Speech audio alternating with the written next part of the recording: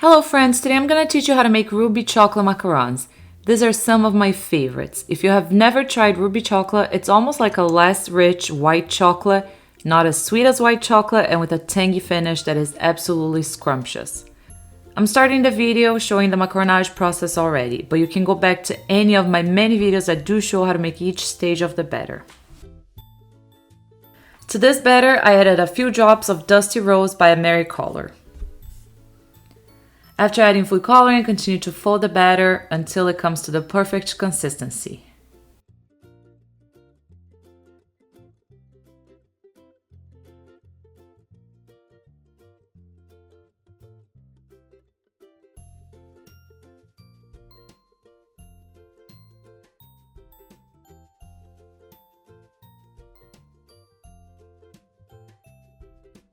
It's time to stop folding the batter when it looks glossy and has a thick and flowing consistency.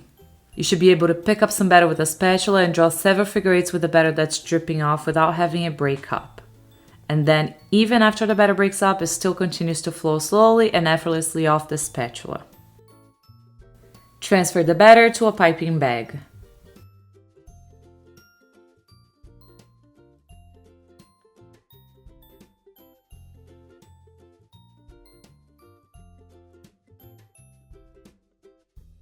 Place the piping bag directly 90 degrees over the center of each macaron template.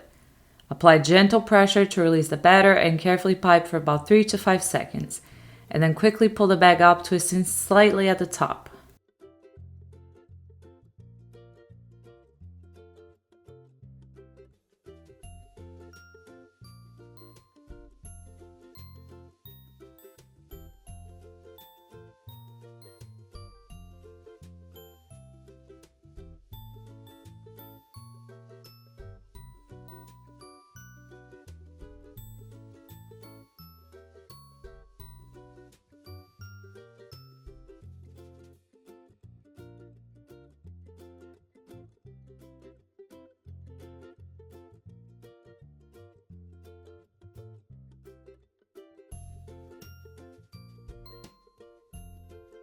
Then bang the cheese against the counter or against the palm of your hands to release any air bubbles.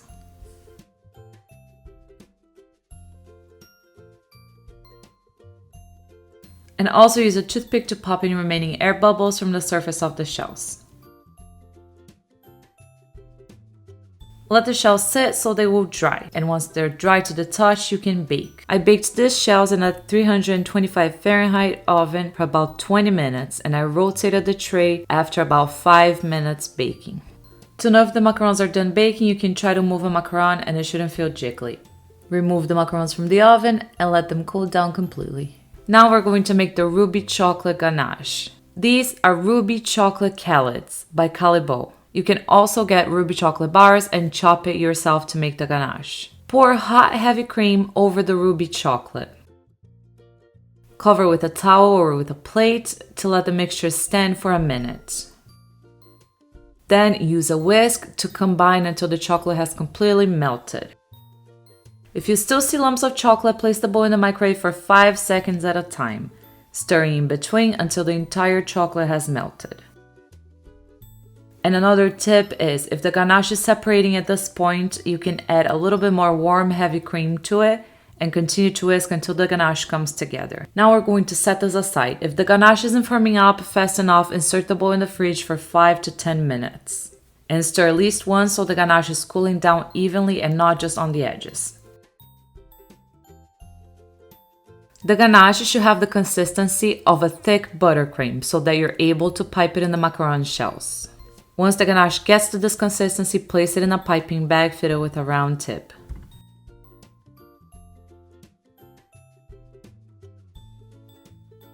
Now we're going to put some rose luster dust in a small bowl and add a little bit of water or preferably alcohol to avoid making the shells soggy, since alcohol evaporates much faster than water does.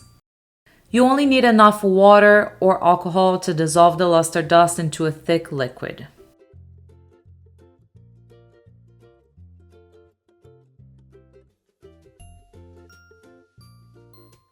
And now we're going to do the same with the golden luster dust.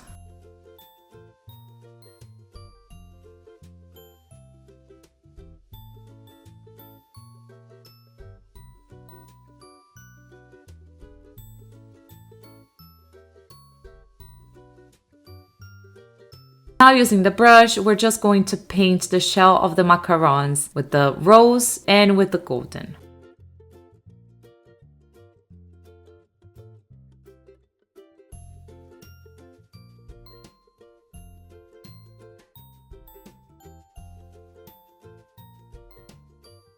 Then pipe a dollop of ruby chocolate ganache on each bottom shell and top with a decorated painted shell.